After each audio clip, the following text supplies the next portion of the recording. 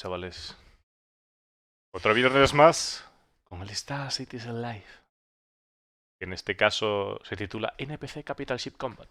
Y ya empieza. Oh, Dios mío. And welcome to Star Citizen Live NPC Capital Ship Combat. I appear to have a filter on. Yes, I appear to have a filter on. What the fuck? I'm prepared to move forward. I'm here. I'm not a cat. Okay. Oh, here we go.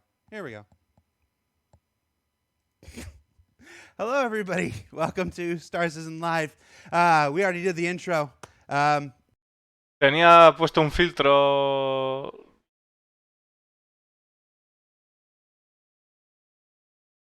LOL. Our repertory cast of players here. Let's go around and meet them. Rich, tell everybody who you are and what you do for Star Citizen.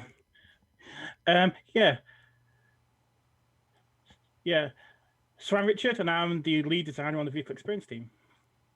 Lead designer on the vehicle experience team. You help work to basically affect the way that players, the ships handle all things related to the experience that players have with their spacecraft.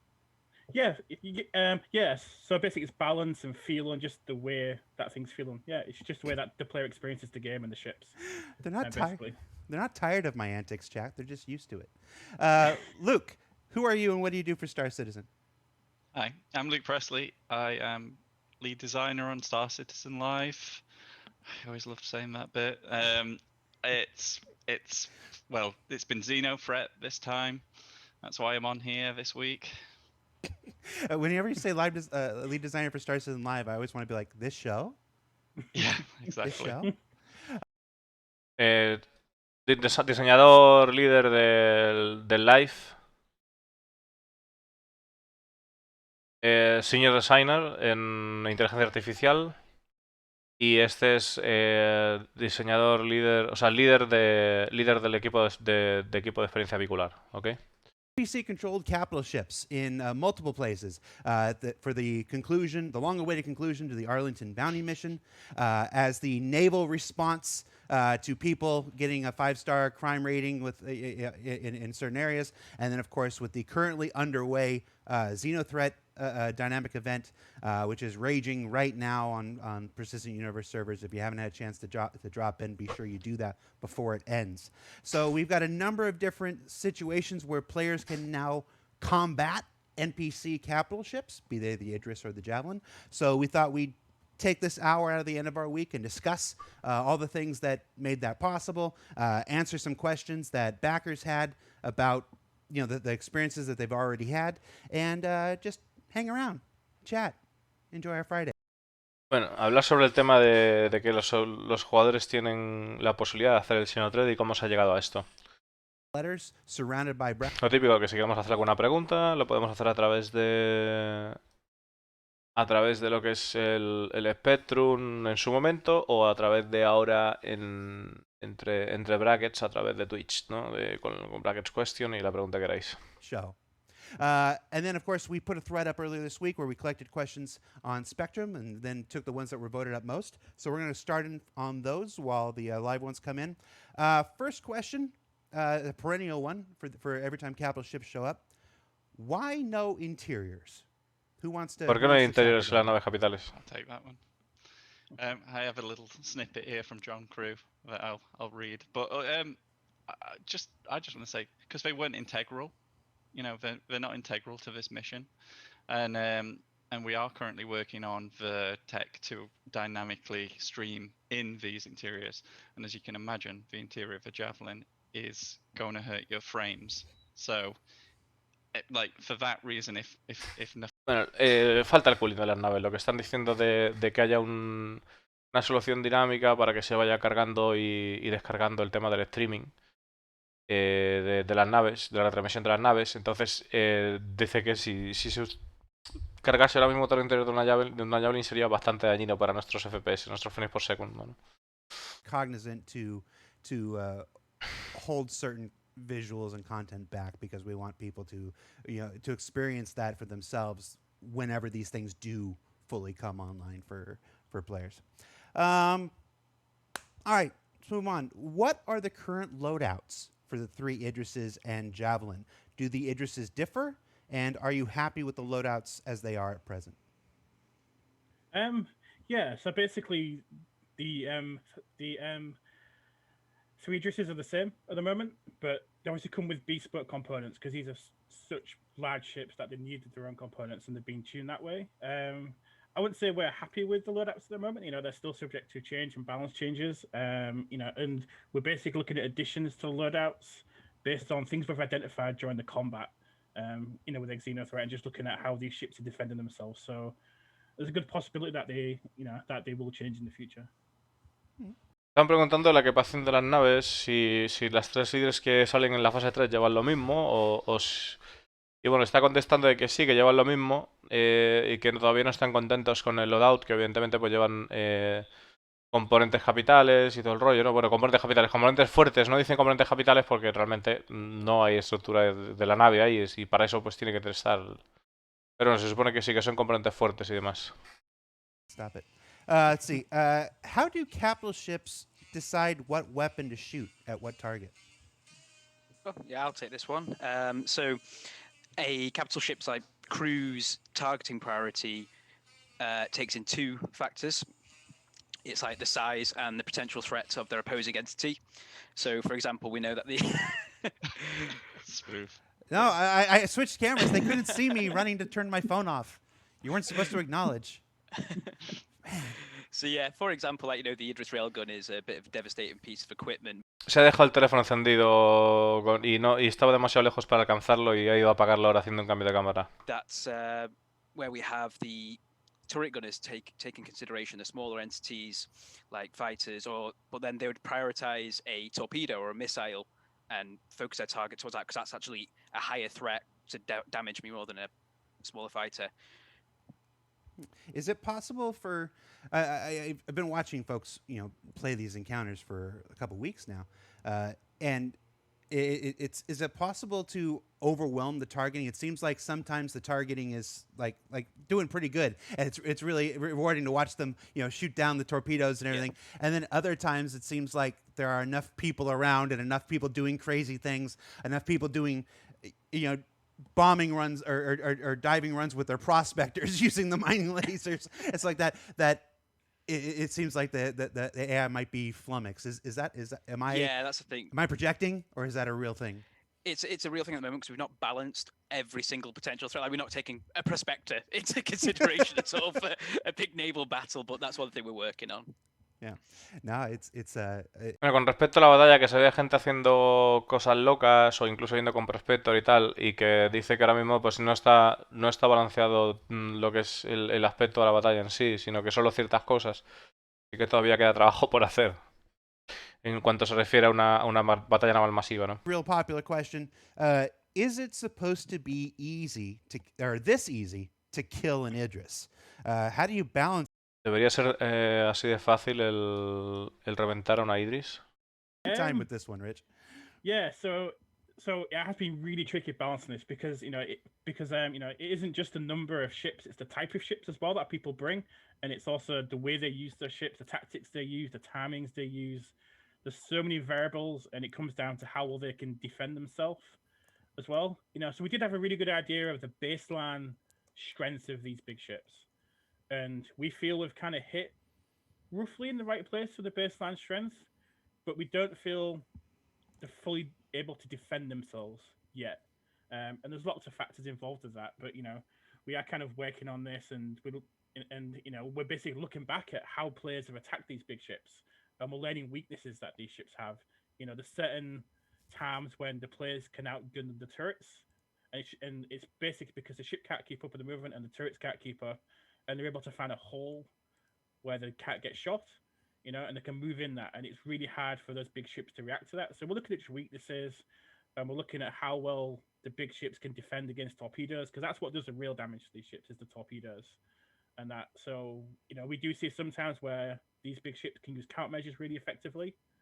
That's really cool, and they can also shoot some of the big torpedoes. And it's just getting that balance right between, we want these big torpedoes that are basically small nuclear devices to do damage to these ships, but at the same time we want the big ships to be able to defend themselves at the same time. And hitting that balance when you have as many variations possible as we have currently is, it is really tricky. But we're going to look back at these events and we're going to. Claro, con respecto a si son demasiado fáciles de matar o están en un buen punto de matar, en un principio le recibir daño que más o menos, pero que las naves no tienen todavía una capacidad de defenderse a sí mismas como debieran. Todo el tema del gameplay de los torpedos y demás, que está bien, que está interesante, pero o sea, el hecho de que hagan ese daño y que realmente son las armas que deberían hacer daño a este tipo de naves, o ser una amenaza, ¿no? Pero que las naves deberían de poder defenderse mejor de los torpedos, ¿no? Y que, bueno, que revisitando también las actividades que han hecho los jugadores y las batallas que ha habido contra la Idris, pues tratar de ir ajustando y de... You will easily, take down an Idris, because that's what the retaliators, they're designed for that. Right. Right. Otherwise it would be overpowered. Now, for Cap. Claro, dice que además dice que si te organizas y haces bien las cosas, con una Retaliator, pues serás o sea, con Retaliators, no con un Retaliator, con Retaliators serás capaz de derribar a naves capitales. Pues para eso es para lo que han sido diseñadas, ¿no? Si no, las naves capitales serían demasiado monstruo. Come online, it will change that experience. Pero claro, hay que coordinarse in fact, bien. we have a question about that coming up, so I'm going to stop talking about it. It seems like neither the Javelin or Idris fire all of their turrets at one time to use their firepower to overwhelm us. It seems like a full broadside from the Javelin should shred most ships. Why doesn't the NPC crew focus fire on one enemy at a time to destroy them? Is this an AI server limitation or a pre-planned thing to keep the fights more balanced? The latter. Because originally, like, without doing any work, they did focus all on one thing and then move to the next thing and then move to the next thing. And it was not fun to be in a fight for like a few seconds and then obliterated. Also, it just made the ship look like it was controlled by an AI, robotic. Like, these are manned turrets. So, Like a hive mind, wasn't it? Yeah, exactly. Claro, el tema de por qué todas están preguntando por qué la Iris o la Javelin no centraban el fuego todas en un objetivo y luego pasaban al siguiente. Y decía, pues, contesta porque eso ya lo explicaron en un momento, que habían probado de hacerlo así, de que primero se centrara en un objetivo, luego en otro, pero que no era divertido estar simplemente solo unos segundos en la batalla si vas a pegarte con una Idris, y que tampoco era sentido que lo haría robótico por el hecho de que se supone que son torretas controladas por un humano, o sea que no tiene sentido el hecho de que todos estén disparando al mismo objetivo coordinadas de esa manera, ¿no? O sea, no es divertido. It's a conscious decision to make it work like that. There's still work to do. Yeah. I feel like there have been, depending on the situation, and this is just me speaking anecdotally from the hours of streams and videos that I've been watching for the last week, it seems like a bomber without proper cover sometimes seems to draw can draw all the turrets to them, and it's pretty magnificent when you see it happen, when you see all the turrets just converge on one and go and just decide to yeet somebody into a different game. So it's the same as a railgun. Like, the railgun, it only chooses to shoot at certain things because otherwise it would just miss all the time. So we had plenty of tests where people brought a hammerhead along, fully crewed, thought they were gonna, own this thing, and just got one shot out of the sky. Yeah, it was and incredible. That was me in one of the playtests. That happened to be in one of the playtests. That was John Crew. Yeah, it was basically playing as a team, and then it just pointed towards us. It missed the first time, and we thought we evaded it, but then it came back and it just one-shotted us, and we're like, oh, well, that's us dead. Yeah, I think it's, as Cookie Monster would say, it's a sometimes treat When it can happen intermittently or something, and when it does happen, players may want to ask themselves, who were you surrounded with? Were you trying to solo this thing, and you just gave it one target, or did you properly have the the correct screening and stuff like that? At present, do the Xenothreat fleet work together with the capitals to focus on threats to the Idris first, such as on tail? Like how much communication? We just said in the last meeting that sometimes they work individually. Me estaba comentando antes que luego para determinadas acciones sí que, por ejemplo, se centrarán, si viene un bombardero, se centrarán todas las torretas en lo que es el bombardero, en este caso la Retaliator, para impedir que dispare, ¿no? Que eso lo hemos visto cuando me habéis visto a mí jugar y de repente pues que se sube mucho fuego cuando empiezas a calibrar torpedos. O el hecho de la Railgun, que también pues solo se centrará contra ciertos objetivos, no contra todos, como es el caso pues, de llevar una Hammer, que si llevas una Hammerhead full tripulación, pues te va a poner de verano. Lo mismo pasa con el cañón de la Javelin, ¿no? And they can like dictate orders to their retinue and go, okay, right, focus this target, and then you start to like all the fighters pull over to harass the javelin to take its eye away from the Idris and stuff like that. So we're working to further iterate group-defined behaviors rather than just a singular AI. I hear you. Cap, let's see. Here's another very common question that came up in both the thread and the live chat. Con respecto a si el resto de las naves de la Sinodred ayudaban a la Sinodred, dice que están trabajando en futuras iteraciones para que trabajen como un escuadrón, que trabajen como una flota y puedan coordinarse para atacar objetivos o defender. Yeah. So basically, there's definitely a bias at the moment to making these ships flyable by the AI systems before they get in the player's hands, and we've basically balanced it so that it feels right now. So it basically works in sync with how well the turrets work and how well the ship can aim. So we have probably compromised some of the AI kind of tuning for this, but that doesn't necessarily mean it'll be that way once it gets in the player's hands and once we've made improvements to the AI, and the ships can target better. So we've definitely compromised it a little bit. So the speeds will probably come down, and also we have some perception issues with some of the sync issues that we've had. It's probably fair to say that there is times where it looks like it's moving probably quicker than what it is as well. But yeah, it's probably a bit of both. Okay. Are the Idris and Javelin we are seeing in the PU currently the UE military versions from Squadron 42, or are they the eventual player-owned versions for the Persistent Universe? Oh, this is a John Crew. Yes, the John Crew one. Right. I'll read from my statement. They are the full military versions from the current time period. The ones in Squadron 42 may have slightly different exterior arrangements given their age, and some definitely have different interior modifications. Thank you, John Crew. Thank you, John. Bueno, la pregunta si las Idris y la Javelin que tenemos ahora son las versiones militares o son las a las que tendrán acceso los jugadores. Dice que son las versiones militares que aparecerán en Escuadrón 42 con ligeras, además que aparecerán en Escuadrón 42, pero con ligeras diferencias en lo que es el exterior y el interior de las naves también. How much of an impact in performance do you see between internal testing environments, offline, local, single player, versus the live servers? Are we getting the full NPC capital ship combat experience, or is much still dependent on other systems like meshing and iCache to get things where we want it to be? So, like the battles we get locally are the ones you see on videos, and the gap between what you see and like what you see on those videos and what you're actually playing I guess it depends on how what's loaded on the server, right? Because when we do playtests, we all head to the battle. So we're not all in different landing zones with those streamed in, using up memory there, we all tend to spawn at Microtech and go as quickly as possible to the location. So that versus the reality of, what a server, what players are doing on a server is going to be the difference. Yeah. Some of the footage that we saw during the NPC capital ship combat segment that aired last week on ISC was done from internal play testing, and I even released some of the raw video on social media where you can see many Idrises fighting each other and stuff, and the performance was stellar.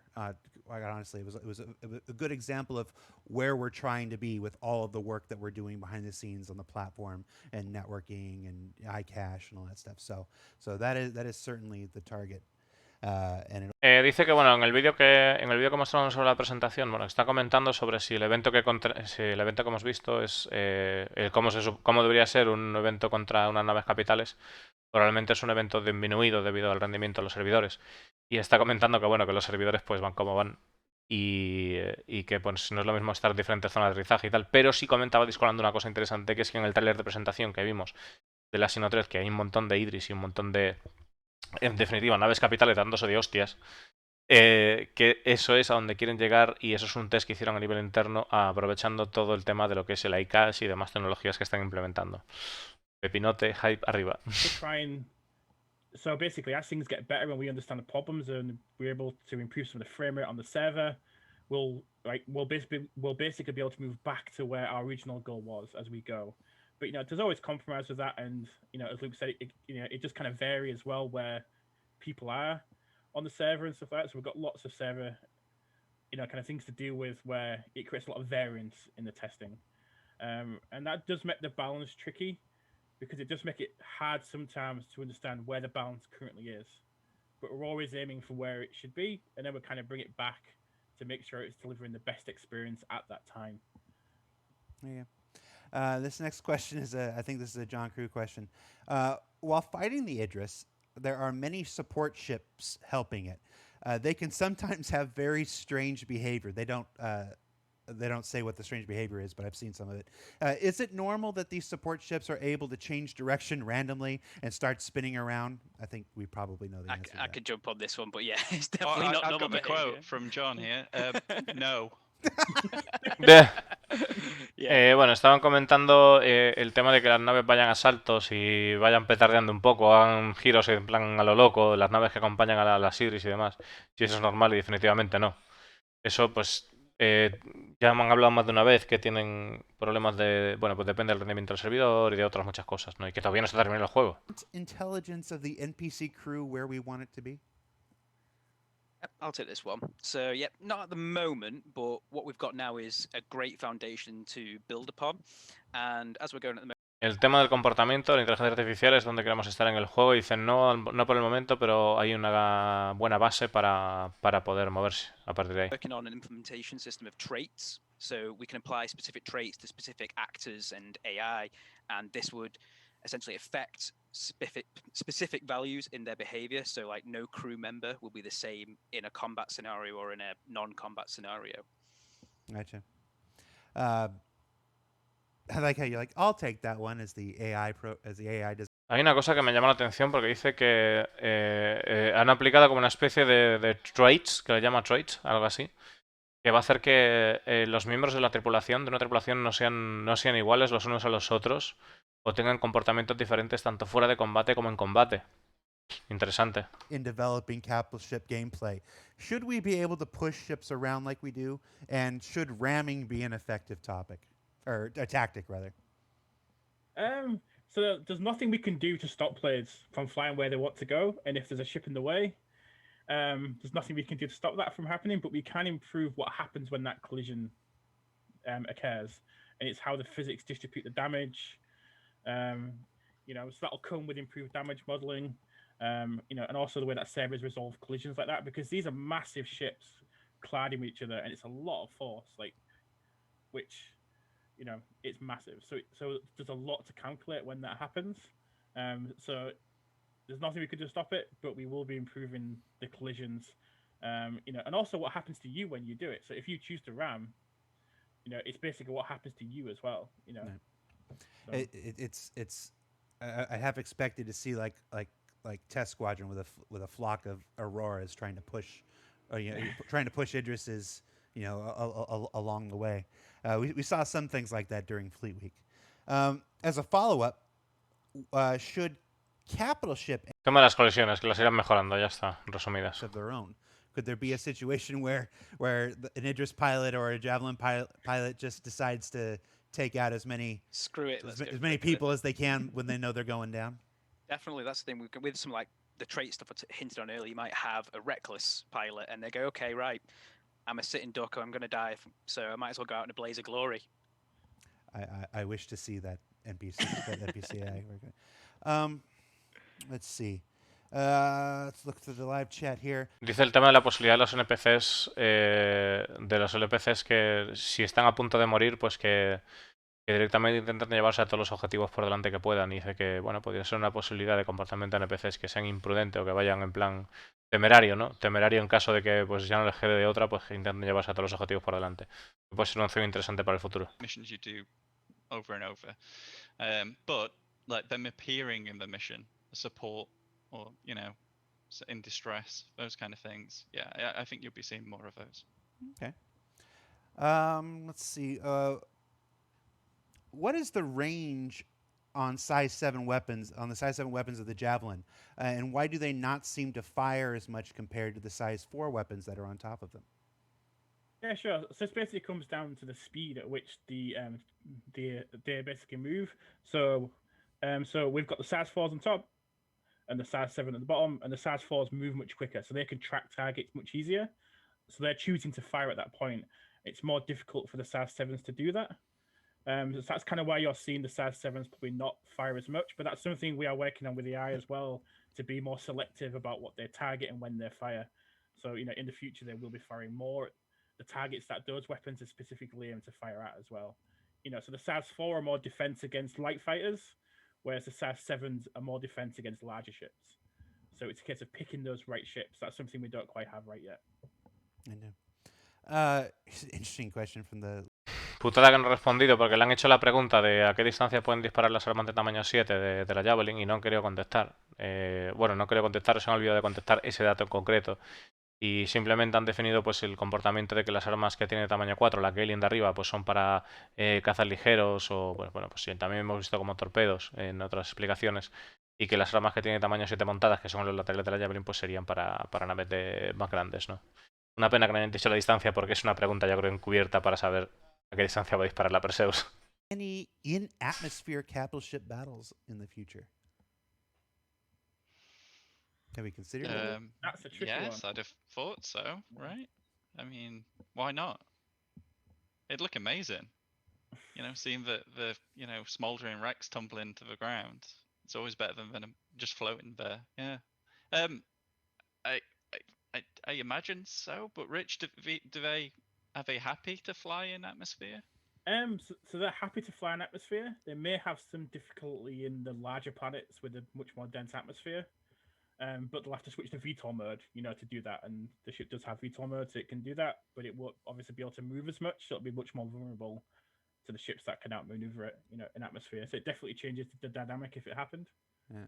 It'll be an interesting challenge. Están hablando del evento de pegarse de hostias naves capitales en atmósfera, si vamos a ver algo de eso, y dice que es una pregunta interesante y que bueno, pues que hay naves que efectivamente tienen capacidad de VTOL, naves capitales, la Iris lo tiene, la Kraken lo tiene, y que evidentemente pues cambiaría un poco las cartas sobre la mesa, pues la movilidad de las naves capitales estaría mucho más reducida que en lo que sería el espacio. All right, live chat's having some fun. Let's go back to the Spectrum thread. Currently, the NPC capital ships tend to vanish into thin air when they jump away. Are there any plans to make quantum travel effects on large ships massively more visible to players? Yes. Yeah. So basically, at the moment, it looks like that. El tema de que cuando las naves capitales hacen un salto cuántico simplemente desaparecen. Si va a haber alguna mejora o algún camino no a tomar para que estas naves tengan más visibilidad cuando realicen un salto cuántico. La nave masiva, ¿no? Dice que sí lo tendrán. Go out and you can see the lines come off the ship as it accelerates. That's definitely something we're going to work on because it does look a bit strange at the moment. Sometimes when it's not communicated, you know, suddenly the ship just vanishes. I can confirm they do actually quantum travel. That's how sometimes you find them ending up at the wreck site or some random rest stop when they shouldn't. But yeah, when we got that in, we were a little disappointed to see that that's how it looks. Like I kind of expected some kind of effect. Claro, está diciendo además que no, o sea, que realmente sí que están haciendo quantum travel, simplemente desaparecen y tal porque no, bueno, pues porque es lo que hay. Pero Pero sí que realmente están haciendo Quantum Travel. De hecho, en algunas ocasiones aparecen en otro lado. Está comentando que aparecen en otro lado random por algún fallo y tal. Pero bueno, que sí que estaban trabajando en el tema de los NPCs que realizarán Quantum Travel. Or something. I'm just creating work for Mike Snowden. Hi, Mike. Cashing them checks. Fighting capital ships can seem similar to fighting open world bosses in other traditional MMOs. How will Star Citizen reward players for taking out these incredibly difficult enemies? With UEC? Just say we. Luchar contra naves capitales de esta envergadura puede parecer que como si lucháramos contra bosses de mundo en otros MMOs y va a haber algún tipo de recompensa por abatir estos grandes objetivos.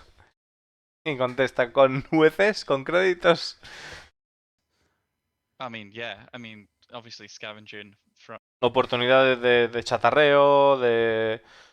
Claro, es que al final puedes chatarrear eso y es mucha pasta. everyone can rush in. Yeah. Lots of things on the table. Nothing definitively. Claro, muchas cosas sobre la mesa, no definitivo, ¿no? Pero un montón de movidas. Correct. All right. Let's see. This is sort of this is similar to a question we asked earlier, but I'm going to ask it again, Robbie. Does the NPC AI work together as a fleet, or are they all essentially solo fighters that just happen to be around each other? So yeah, we did touch on it a little bit earlier, but they are not solo fighters. They are part of the fleet, but they've got a very base behavior just to defend their capital ship, essentially. But that's something we're working on in the future. Okay. Está diciendo que las naves que rodean a la Sino-3 que sí que tienen un comportamiento de unidad, de escuadrón, pero que es muy, muy básico y que bueno, con el futuro pues tratará de tener más complejidad, ¿no? Están en ello. Now, I think Mark, my coder, is actually working on it.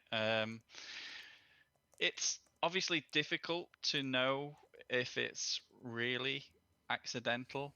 Like figuring out the intent of a player is never going to be possible to 100%, but we can like I don't know if I want to tell like everyone the things we do because then people find the edge case and Right. use it against us, you know. So yes, we're working on that, and maybe no dates. It'll be soon. It's fairly straightforward, but I don't think it will fix everything. I mean, it's never going to fix that one case where you know you got unlucky or you were trying to cause it. So you know it's really difficult. Like how do you create a law system when you don't have like judges and you know and stuff like that? The law system as well. Like I mean, you kind of overlook the fact that there is no death right now in Right the now. game.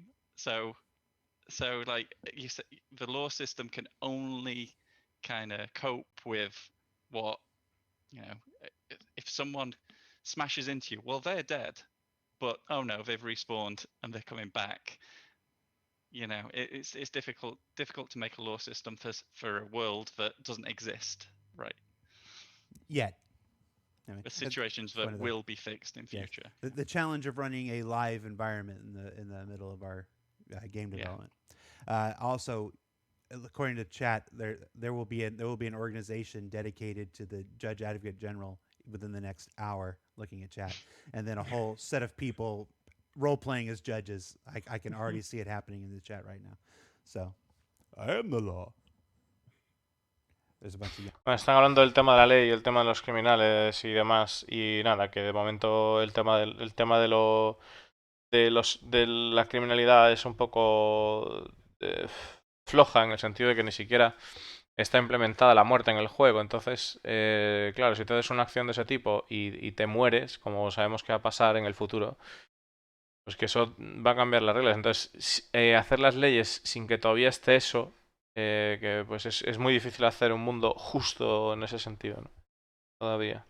It's possible to open up gaps, and then make sure you brought other friends with you that have some Saznan torpedoes, and they can exploit those gaps.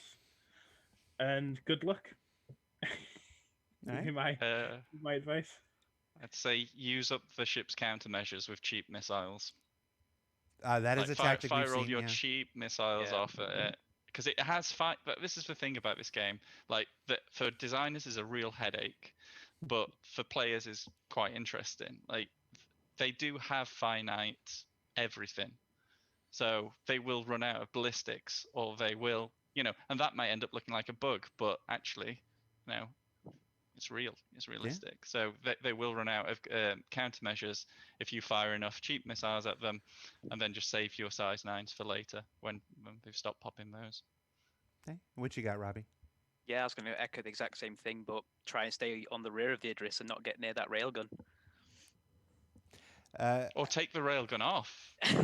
Yeah, take it off, Fire Robbie. it enough. Take its toys away. Mhm. Let's see. Claro, están hablando el hecho de los misiles, de que si queremos lanzarle los torpedos de tamaño 9 a la Idris, pues simplemente tirar todos los misiles baratos primero, todo lo que tengáis, y luego pues se quedará sin contramedidas y entonces le quedará espacio para los tamaños 9. Que es en plan algo que dice que siempre es mucho más, o sea, que es un dolor de cabeza para los desarrolladores el tratar de hacer el juego en ese sentido y un placer para los jugadores, o que incluso es interesante el probar cosas o investigar, ¿no? Con qué pueden reventar o de qué forma pueden sacar la mayor ventaja para poder hacer alguna actividad, ¿no? Coming up to maneuver in a battle, as well as like rolling. So like if they're getting pelted on the underbelly, they would be reactive enough with their piloting skill to tilt their turrets to take full capitalization on that. But also, like as you say, from a navy and a pirate faction, you could go, oh right, one's military trained, one isn't, and therefore like maybe their turret gunners have better trigger discipline. On the military side, they'll know when to shoot and work as a unit. Go, okay, starboard side are going to focus this thing here, all turrets on that. Whereas a pirate like fleet, they'll just be all going, oh, there's a guy over there, and they won't work together. Just go for maximum kaboom for their own little personal gain and glory. Maximum Kaboom was my nickname Maximum in kaboom. college. But then, like as I've hinted on before, with like the trait system, we would like apply that to the captain role, for example. But you could have a captain who's indecisive, like a negative trait, and it would take him longer to relay, like give an order to the crew because he wasn't sure what to do in this situation. So the turret gunners would be waiting to fire on a higher priority target, for example.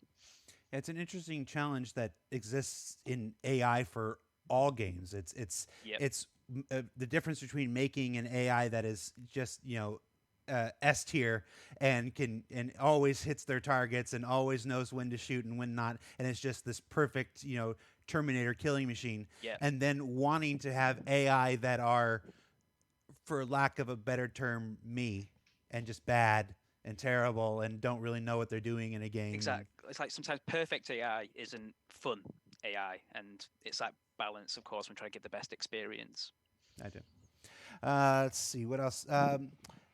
Estaba comentando la posibilidad de que incluso, bueno, a la hora de trabajar con la IA, de tener un capitán que fuera poco decidido o que tuviera sus artilleros esperando en cuanto a IA para darle la orden de que pudiesen disparar, o incluso que se considerase la opción de tomar diferentes...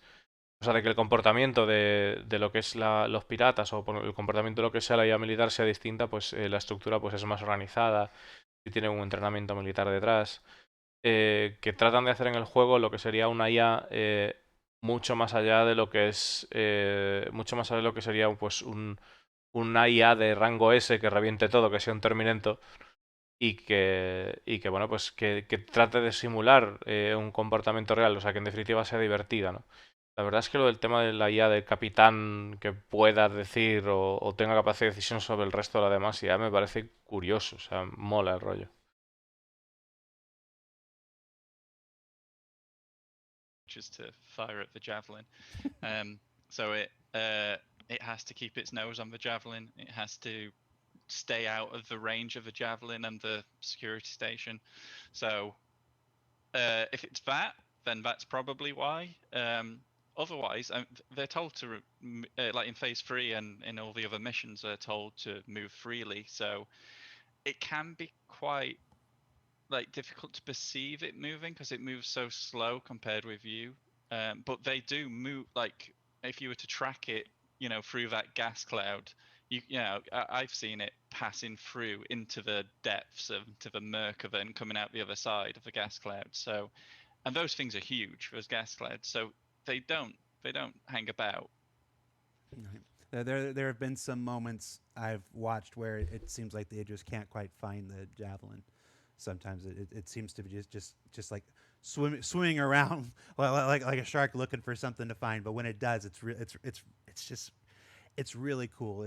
For people who have, if I'm allowed to take off my CIG hat and go back to when I was a fan 7 years ago, it's just one of those things that we've been waiting for so long to see the Idris, draw a bead on something that, the size of a javelin, the thing that those Está railguns diciendo were made for, Discolanda de and just que, watch bueno, it, están hablando un poquito de lo que es la Idris y el comportamiento de la Idris y el cañón que tiene y que está muy estática y que no, que realmente se mueve y busca el objetivo.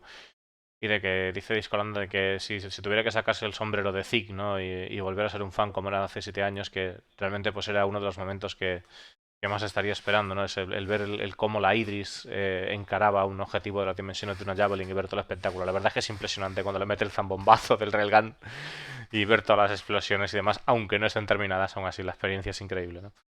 La primera vez que la ves. Effects are incredible. It's just an amazing feeling to just be missed and survive. I was gonna say you only lost a wing and a freelancer from a railgun. Consider yourself lucky. That's fantastic. Yeah. Nice change of Está pilots. comentando de que la experiencia de que falle el railgun, es decir, que solo te reviente un ala de una freelancer, por ejemplo, y que le pasó, ¿no? Que solo pierde un ala. Y que la sensación es increíble del hecho de que te dispare un railgun y haber sobrevivido al disparo. Coming torpedoes where you want it. Sometimes it seems like it works. Other times, not so much. Yeah, so I think it's fair to say we've got the base system in place where the ships can detect incoming, so like size 9 torpedoes or any kind of missiles, and we've got a turret detecting them, so the turrets can shoot them. The feeling that it might not be like that all the time is, if it was like it all the time, we'd end up with a very linear result that either the missiles would get shot all the time or they'd miss all the time. And basically what we're trying to do is we're trying to create variance that, yes, you can fire your countermeasures, but that isn't a guaranteed result that those countermeasures will deflect that size 9 torpedo. And it's also not a guaranteed result that a turret will be able to shoot a incoming missile or torpedo. So we've tried to create a variance in there, which might seem from an outside that the system is changing, but it's just variance in the system based upon the mechanics we have in the game. And actually makes it really interesting because it creates this view that you're taking a big risk firing your size 9 torpedo, right, and you've got to really get in the right place to fire it, that you increase your chances of that hitting the ship, because they do cause a lot of damage. So when they do hit, they take off a huge chunk of damage of those ships. So we have to make it like that. So there's a skill element to it as well. And I imagine as more systems that are currently in development, like the various power systems and the physicalized damage comes online, and you'll be able to damage these subsystems on these ships more. It will affect how quickly they can track. It'll affect how often they can shoot and stuff. So it lends itself to a lot of variance, as you said, that can be perceived as bugs or perceived as some kind of issue, and it's really just the effect that you have had on that ship over the course of the battle. Yep, exactly. Oh. Will the AI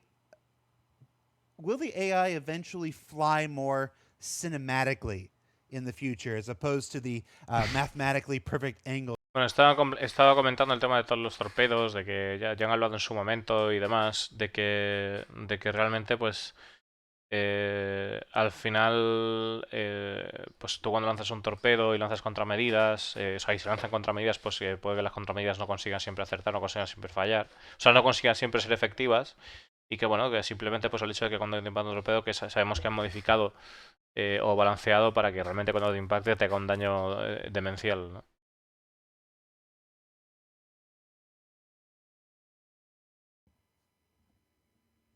I don't know. It's just for the event. It's just for the event. It's just for the event. The question was it then, Jared? People were asking. I went. The secret of these shows is that I know all the answers ahead of time. So, what is the general methodology for working on capital ship and fleet combat AI? How much telemetry from battles that take place on the servers? Estaba comentando antes de esta pregunta si las naves iban a hablar de una forma más cinemática. Estaba comentando el encargado de la IA, uno de los encargados de la IA, que bueno, que poco a poco pues irán mejorando, irán... ya sabemos el tema ese del piloto Ace, ¿no? De que tenga un comportamiento que sea creíble, que no simplemente sea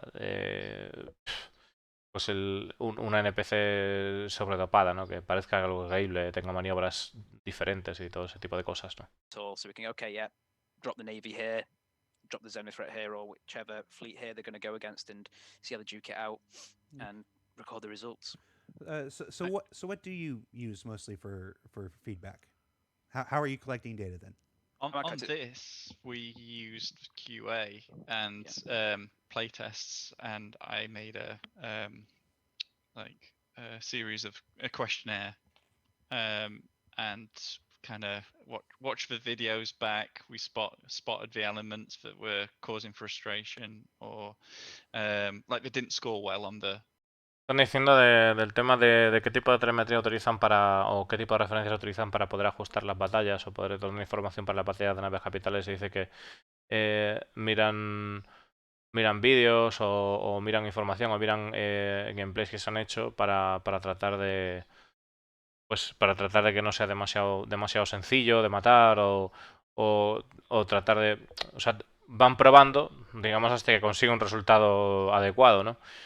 No sé lo que está pasando con el directo, chicos, pero me está volviendo un poco loco, ya os aviso, porque se está bajando y subiendo el volumen de las voces de todos y estoy volviéndome loco. Now it's to, back and forth until finally you end up with something everyone's happy with, and by that point you've got all that stuff I said, AI firing at turrets, AI much more intelligently or maybe less intelligently using their countermeasures. Because too intelligent just felt cheap. If every time I fire a size 9, it just fires off its countermeasures, it's really frustrating. So that's why we were saying, fire a small missile, make it fire its countermeasures. It has a little bit of a cooldown before you can sneak in a size 9 missiles while those flares are dying down, but before it'll fire another one. And that's just, it was just satisfying that way. Otherwise, it's frustrating.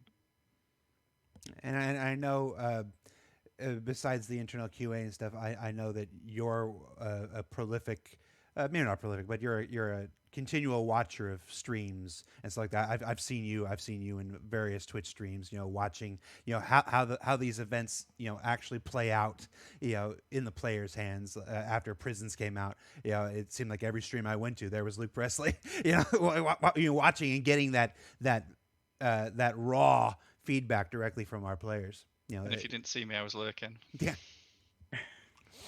All right. We slowed torpedoes down a bit and left countermeasures effective against them. Are we happy with the current performance of either system? So it's definitely something we tried with Xenothreat. So we made quite a wide-ranging tweak to the weapons on those ships to...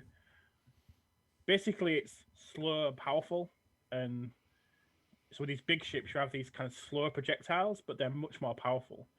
So it creates that variance, as I said earlier, where sometimes they can be effective against countermeasures and sometimes they're not. And it's up to us to understand this. And as kind of earlier, is we look at the results of this and go, actually, if a person fired 20, size 9s at this ship, how effective would those 20 be?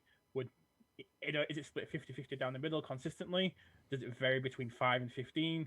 And we're looking at all these things to make sure that it's working as we, intend it to be. But we are happy with the overall system, but it does need improvement on the balance side and just how the different systems come together to, to actually countermeasure against these, size 9 torpedoes, and also how you can intercept them as well, because that's been an important part. Is the fact we slowed them down means people can intercept, and we have seen various things where people have grabbed these torpedoes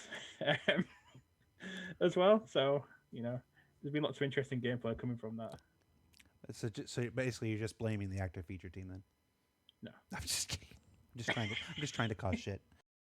Estaba preguntándole si si están contentos con el resultado de los torpedos, de haberle reducido la velocidad y todo el tema de cómo funcionan las contramedidas. Y bueno, pues en notas generales lo que dice es que sí, pero que todavía quedarán ajustes por hacer y demás. Y que incluso también han visto pues que debido a que se baja la velocidad de los torpedos, cómo alguien puede, pues con el radio tractor, ¿sabéis? Pillar un torpedo y demás, ¿no? What's cool? Like, where do you get your inspirations from? También comentaba que, bueno, que él está aquí abajo, que ve bastantes streamings para obtener feedback de cómo está yendo el juego y demás, y parece que ve muchos streamings de Twitch. Like inspiration from the feelings that each show generates and each film generates, because each one does it in slightly different ways that creates it unique to that particular TV series or unique to that particular film. And it comes from the VFX, it comes from the audio, so we do take influence, but we also try and create our own identity within that, so yeah, I spend a lot of my spare time, especially now with lockdown, just watching TV shows basically, and movies. I know. Anybody else? Yeah, I was going to say binging Battlestar and Expanse, essentially. Yes, exactly. Those two. Like, and one thing that like you take away from that as well, like the Expanse, right? It doesn't have fighters. Like I didn't realize that until very late on. It does not have fighter ships because the missiles they've made that decision that it's the missiles that are they fly faster, more maneuverable than any person could ever be, and then they have the guns on the actual ships to take them, take missiles out. So I just think that's a really interesting like decision they made there. Like, and we've gone kind of a Star Wars way, right, where fighters are much more important. So like it's just. Está hablando un poco de la serie de Expanse, de que no hay cazas, de que no hay cazas de combate y de que simplemente han decidido que los misiles se mueven mucho más rápido que cualquier persona y demás. Entonces que solo hay naves grandes y el ver cómo se defienden las naves de los misiles que llegan y demás, y que le parece muy interesante la decisión que han tomado en la serie de Expanse de cara a lo que son las batallas entre naves. Okay. Let's see. 9 minutes. Alejado de cosas como los de cazas de Star Wars y cosas por el estilo. 9 minutes to avoid a Hawaiian shirt. Next show. All right. Can you see a way to have David versus Goliath moments where one small fighter can take out a massive javelin on its own? So if it's like down to the last ship at the end of the battle, the javelin's been beaten, and it's on its last legs, we can definitely see like a movie scene where the pilot takes his jet fighter and flies into the middle of the ship and explodes it. We can definitely see scenes like that happening.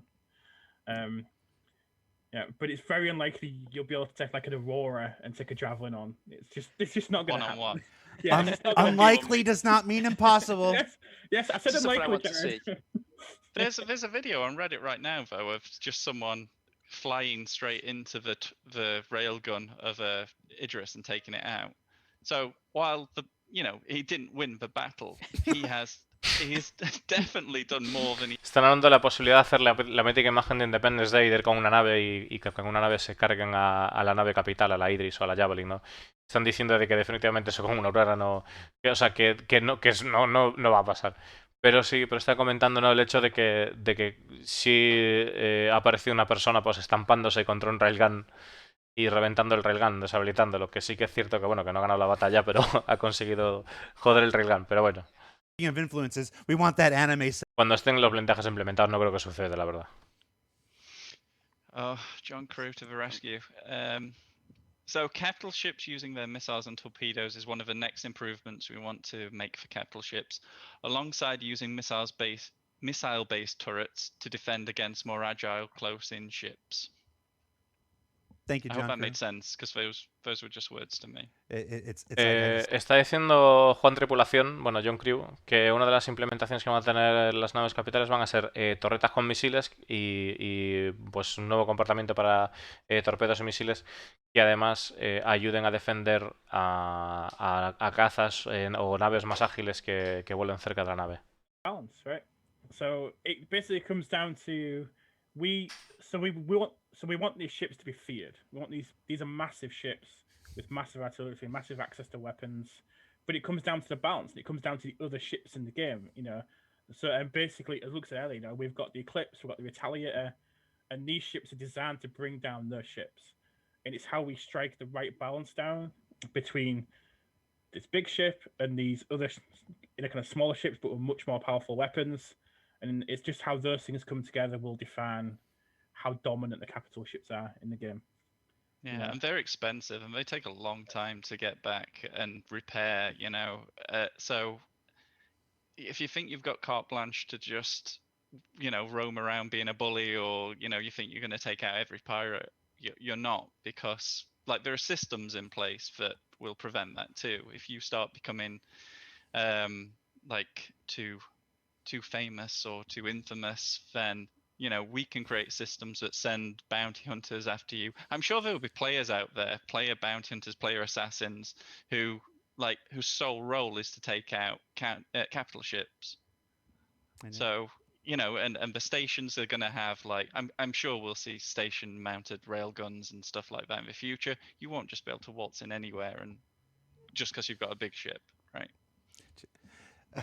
Claro, están hablando un poco de lo que si teniendo la nave más grande pues vas a ser el puto amo, y que no. Que sí que van a ser naves temidas y tal, pero que bueno, que eso va a tener unos costes de mantenimiento y que no simplemente pues vas a ir cargando por ahí a todo el mundo con una nave capital, porque económicamente no te debería de compensar, y aparte que va a haber sistemas para prevenir eso, en el sentido de que pues lo que es el juego en sí pues te va a venir a dar leña con NPCs o con bounty hunters y demás, ¿no? Y que incluso pues también están hablando de la posibilidad de que las estaciones también tengan torretas manejadas por hombres en el futuro, por humanos, ¿no? En el futuro. Bueno, por hombres o puede ser otra cosa, ¿no? En definitiva manejadas, ¿no? Y que bueno, con el futuro que no será viable el hecho de ir con una nave capital por ahí. O sea, que no vas a ser el rey del mambo por tener una nave capital. Sí te la vas a poder montar bien y pasar bien, pero no vas a ser el rey del mambo. Slow weapons feel, from a balance side, from a visual effects side, from an audio side. When that SAS-9 Javelin turret fires, it sounds amazing. So it's basically bringing that down to the other ships and the other weapons in the game. That's kind of where we're moving forward with that now. Gotcha. Yeah, and we've learned obviously a lot on the mission side. Always room for improvement, but lots of positives. I'd say we have already talked about the edge cases of the lore. One of the other things was kind of splash damage, causing splash damage on targeted missiles should not cause friendly fire, as it were. It should not cause crimes to happen. When it comes to dumbfire missiles that we'll have in the future, then I think that's going to have to do it, because players can fire those anyway. But if we know that you tried to hit something and it did hit that, and you also just hurt someone else nearby, then that's going to be fine. All right, last question of the show. What are the next NPC capital ship systems you hope to flesh out or bring online? Things like the Idris launching fighters, or the Javelin firing torpedoes, destructible turrets. What's next? What's next? Where do we go from here? Yeah, so from our side, excited about all of the above. So as far as those things coming next, we're looking at the defense of the big ships, and and that does mean those big ships having small fighters coming out. It does mean them firing torpedoes, and also the way that the current damage works on the turrets. So we're kind of moving all these things together as we evaluate what happened in Xeno Threat and just how it felt and came together, and then also the additions on top. So just improving the defense, as we talked about earlier with the capital ships. It's basically having bespoke weapons on the capital ships that are specifically designed to defend against the weaknesses that are identified. So that's something we're really excited about having. How about you, Luke? Robbie? I'm just really interested in building a living bridge crew, essentially. So with the captain giving orders to his weapons officer, who then send that on to his turret gunners, or then send it to the comms officer to tell the other people to surrender, and also getting the fighters launching from capital ships outside of Squadron 42. It's gonna be awesome. And you, Luke? I think they covered it all. Well done, guys. Yep, you know, out of that bombshell. I love Luke Presley. I love Luke Presley. That's it, guys. Thank you so much for taking the time out of the end of your week to be here on the show. I know you've got additional meetings to go to. Your day's not done yet, especially you, Rich. Good luck. Godspeed Thank you. in your endeavors. For everybody else, thank you for watching Star Citizen Live NPC Capital Ship Combat. Remember to, if you haven't, get into game, experience Xenothreat, our very first dynamic event. Who knows if it's ever going to come back again? We literally don't know. This could be the only time you get to experience this event in the history of Star Citizen development. So it's distinct possibility. I'm not laying odds on it. So be sure you get in there and get your chance to experience it now. The only guaranteed time we have. So for Luke, for Robbie, for Richard, and for Tyler, weeks not months, Whitkin, trying to throw me in the chat. I'll swear at you off camera. Take it easy, everybody. We'll see you next week. Bye. Bye. Yeah. Bueno, se despidieron. Entonces, la última pregunta que le hicieron es que nos espera para lo que es el tema de las naves capitales en el futuro. De si, bueno, el tema de los cazas, de que salgan los cazas, de que se destruyan las torretas. Pues en general, pues que lancen torpedos, que salgan cazas. La persona que estaba encargada de la IA dice que está bastante entusiasmado con el hecho de poder hacer un puente funcional, puente en el sentido de, pues, capitán, tripulación dando órdenes, el tema de rendirse, el tema de dar órdenes de que se lancen cazas, o sea, que el capitán da órdenes, o sea, no simplemente algo programado y ya está, ¿no? La verdad es que pinta muy chulo, pinta muy guay todo, chicos. Y bueno, pues esto ha sido el Star Citizen Live de la semana. Y ahora nos vamos al directillo. Y pregunta, Neocom, ¿dónde has aprendido inglés? Supongo que un poquito en el colegio, como todo el mundo. Y luego, pues, series, videojuegos, hablar con Peña. Y listo. Y bueno, pues nos vemos ahora en el directillo, chicos.